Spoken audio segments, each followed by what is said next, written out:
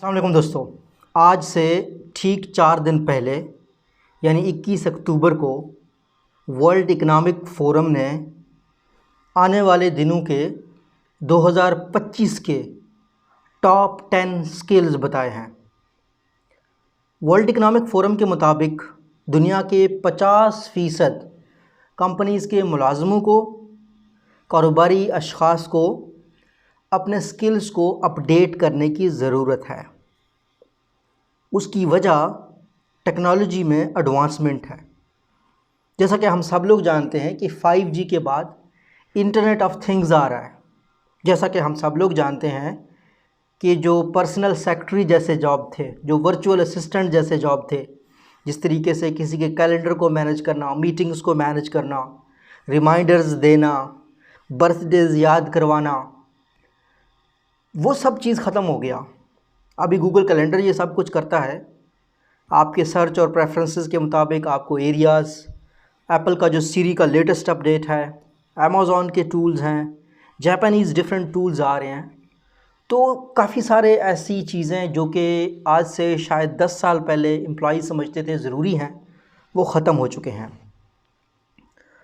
तो अब जो नई आने वाली स्किल्स हैं उनमें जो टॉप की चीज़ है वो है क्रिटिकल थिंकिंग और प्रॉब्लम सॉल्विंग। यानी एक काम जो काफ़ी अरसे से लोग एक तरीके से करते जा रहे हैं, उसको करने का जो नया तरीका करने वाला बंदा होगा वही कामयाब होगा। क्रिटिकल थिंकिंग का मतलब ये होता है, इस दुनिया में 2 किस्म के लोग होते हैं। एक होते हैं बिल्कुल रैशनल लोग होते हैं, दूसरे होते हैं आइडियल लोग। आपने काफ़ी सुना होगा जब आप कंपनीज़ में काम करते हैं कि ये तो जी ऐसे ही होता है, ये जो काम आप सर कह रहे हैं कि इसको चेंज कर दो, ये तो हम 5 साल से ऐसे करें, ये तो हम 6 साल से ऐसे कर रहे हैं। ये लोग क्रिटिकल थिंकर्स नहीं होते। जो आइडियल लोग होते हैं, जो सिस्टम को चैलेंज करते हैं, स्टेटस को चैलेंज करते हैं, वो क्रिटिकल थिंकर्स होते हैं। अब ये स्किल की ज़रूरत क्यों है? इस स्किल की ज़रूरत इसलिए है कि आने वाले दिनों में जब आप कंप्यूटर को, जब आप मशीन लर्निंग की चीज़ों को, ये मोहताज होते हैं डाटा के। तो अगर एक सेट पैटर्न, एक चीज़ का सेट हो गया है, वो जब तक अपडेट नहीं होता तब तक ह्यूमैनिटी की प्रोग्रेस नहीं होती। और हमेशा क्रिटिकल थिंकिंग और प्रॉब्लम सॉल्विंग के लिए टेक्नोलॉजी को इंसान चाहिए। अब प्रॉब्लम सॉल्विंग की मैं आपको मिसाल देता हूँ। लेटेस्ट, आपको हैरत होगी, जब कोविड-19 आया है, ये जितने लोगों को भी कोविड-19 हुआ है, ये वर्ल्ड हेल्थ ऑर्गेनाइजेशन के मुताबिक 1 से 2 ग्राम जितना एक उसका वज़न होगा उस वायरस का। अगर हर बंदे को वायरस हो जाए, उसके हम वॉल्यूम को काउंट करते लग जाएं, तो 1 से 2 ग्राम जितना सारा वायरस बन जाएगा, जिसने पूरी दुनिया को नरगे में लिया हुआ है। आप अंदाज़ा लगाएं कि प्रॉब्लम सॉल्विंग किस कदर इम्पॉर्टेंट है, ये चीज़ किस कदर इम्पॉर्टेंट है। तो इसके लिए फ्यूचर में इंसान चाहिए होंगे। तो हमने बात की कि जनाब पहली चीज़ आपको चाहिए होगी क्रिटिकल थिंकिंग, फिर आपको प्रॉब्लम सॉल्विंग चाहिए होगी, फिर कोऑर्डिनेशन और कम्युनिकेशन जैसी चीज़ें चाहिए होंगी। अब जो टॉप 10 स्किल्स हैं वो मैं आपके आगे लिस्ट कर देता हूँ। आपको स्क्रीन पर अभी वो स्किल्स नज़र भी आ रहे होंगे। इसमें जो पहली चीज़ है वो है एनालिटिकल थिंकिंग एंड इनोवेशन।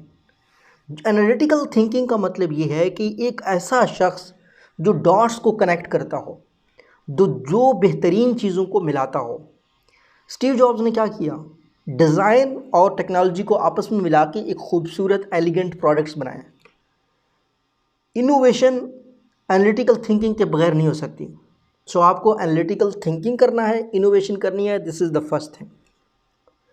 दूसरी चीज़ जो आने वाले दिनों में इंतहाई इम्पॉर्टेंट है वो है active learning and learning strategies. मैं आपको कहता हूँ कि आप स्किल सीखें कि सीखते कैसे हैं, क्योंकि ये बहुत इंपॉर्टेंट है। फॉर एग्जांपल, आपने एक कोर्स लिया, आपने आज एक चीज़ ली है, तो कुछ अरसे बाद वो चीज़ अपडेट हो जाएगी। वो अगर अपडेट होगी तो क्या आप दूसरी कोर्स लेने चले जाओगे? आने वाले दिनों में शायद जो ऑफिसेज हैं वो वर्चुअल हो जाएंगे, जिस तरह ट्विटर ने किया है। ट्विटर ने अपने एम्प्लॉयज़ को कहा है कि आप घर बैठ के काम करना चाहते हैं, इवन कोविड-19 के बाद आप बैठ के काम करें। अब ठीक है, ऑफिस में आपको एक काम नहीं आ रहा तो आप किसी दोस्त के पास जाके करवा लेते हैं, लेकिन ऑनलाइन जब आपने एक काम करना है तो आपने उसको खुद करना होगा। और आप में ये एबिलिटी होनी चाहिए कि आप खुद ही उसके लिए हाथ पाँव मारें, खुद ही सीखें। सो लर्निंग बहुत ज़रूरी है और लर्निंग स्ट्रैटेजीज़ भी बहुत ज़रूरी हैं। ये सेकंड स्किल है वर्ल्ड इकोनॉमिक फोरम के मुताबिक।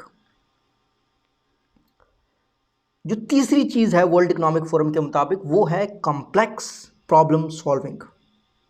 सिंपल प्रॉब्लम सॉल्विंग तो शायद मशीन और रोबोट्स कर देंगे टिल 2025, लेकिन कॉम्प्लेक्स प्रॉब्लम्स वो हमेशा ह्यूमंस के पास रहेंगे। आज के दौर का कॉम्प्लेक्स प्रॉब्लम क्या है? प्राइवेसी।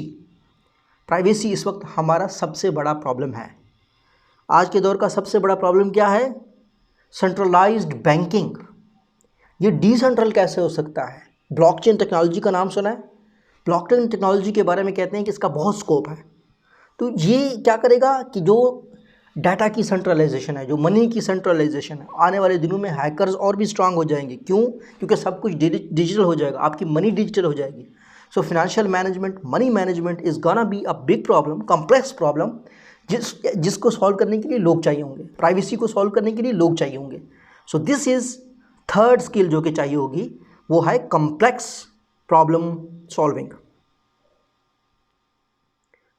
तीसरी चीज़ जिसके लिए मैं हमेशा कहता हूँ इसको जितना भी गहरा कर सकते हैं, वो है critical thinking and analysis. Critical thinking and analysis.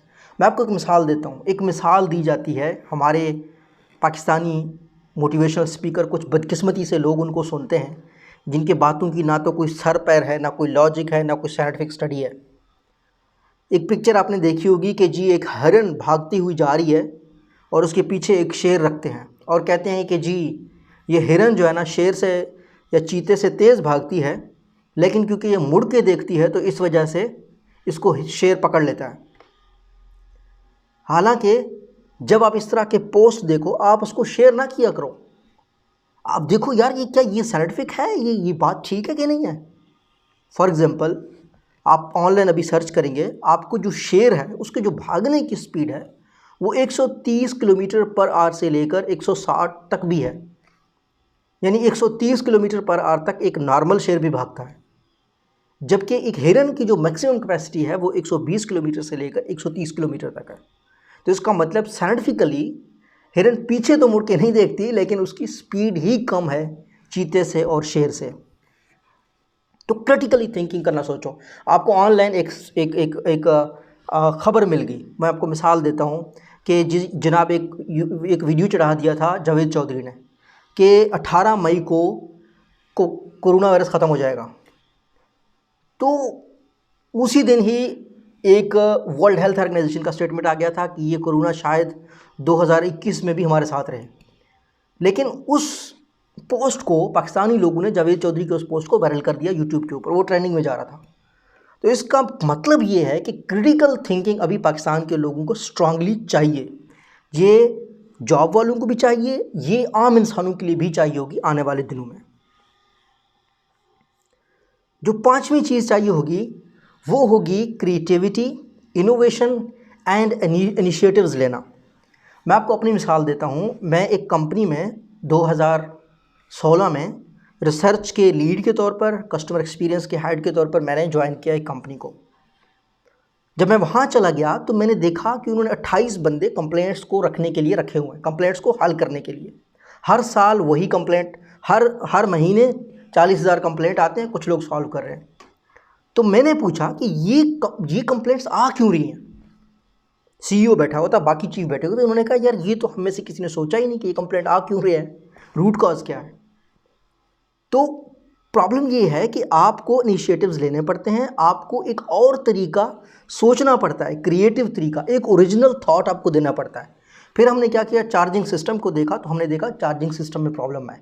आपको टेलीकॉम कंपनीज़ के कभी कभी गलत चार्जेस हो जाते हैं ना, तो इन सब के चार्जिंग सिस्टम्स में प्रॉब्लम है। तो ये एक टेक्निकल डिबेट हो जाएगी, मैं इसको डिटेल में जाऊँ नहीं जाऊँ, चलो मैं चला जाता हूँ। होता यूँ है कि टेलीकॉम में जब आप एक कॉल करते हैं ना तो उसको एक सेशन कहते हैं, एक सेशन काउंट होता है और उसकी ऑटोमेटिक चार्जिंग हो रही होती है। तो जब कॉल का दौर था फिर कंपनीज़ को प्रॉब्लम नहीं था, वो जब आप कॉल करते थे उसी वक्त कॉल हो जाती थी, पैसे कट जाते थे, बात ख़त्म हो जाती थी। फिर जब 3G आया, 4G आया, लोग इंटरनेट ज़्यादा यूज़ करने लग गए। अब इनके पास जो चार्जिंग का सिस्टम था वो ऐसा था कि वो एक वक्त में एक सेशन के चार्जिंग करता था। अगर आपने लेट्स से इंटरनेट के 2 टैब खोले हैं, गूगल का भी खोला है, लिंक्डइन का भी खोला है, तो अब एक सेशन के तो आपको उसी वक्त चार्ज हो रहे होंगे उसी टाइम पे। जो दूसरा सेशन है उसके वो एडवांस 8 MB रिज़र्व करता था। अब ऐसे सिनेरियो में जब आपके पास टोटल 12 MB हैं और आपने एक टैब ओपन कर लिया फेसबुक का और दूसरा टैब ओपन कर लिया लिंक्डइन का, तो आपके साथ प्रॉब्लम ये होता था कि एक फेसबुक वाले उस सेशन ने आपके 8 MB तो रिज़र्व कर लिए। अब जब वो अगले 8 की तरफ चला गया तो आपके पास तो 4 MB थे, तो उसने 4 इंटरनेट से लिए और 4 जो है ना आपके बैलेंस से लिए। लेकिन आपने 2 MB फेसबुक का इस्तेमाल करने के बाद ख़त्म कर दिया। तो अब 2 MB इस्तेमाल करने के बाद आपने फेसबुक को जब कैंसिल कर लिया, आपके अकाउंट में वापस कितने आ गए? 6 MB। तो लेकिन आपके पैसे में से वो 4 MB के पैसे कट चुके हैं। अब जब आप बैलेंस चेक करेंगे तो बैलेंस नहीं है, लेकिन आपके पास इंटरनेट का बैलेंस है, लेकिन आपका जो पैसों का वाला बैलेंस था वो भी आपका चार्ज हो चुका था। तो ये एक प्रॉब्लम था चार्जिंग सिस्टम में, जिसको मैंने आइडेंटिफाई किया। फिर हमने इसके रूट कॉज को सॉल्व किया कि ये प्रॉब्लम्स हो क्यों रहे हैं। तो कहने का मतलब है कि आपको क्रिएटिविटी, ओरिजिनलिटी और इनिशिएटिव्स इस तरह के चाहिए होंगे।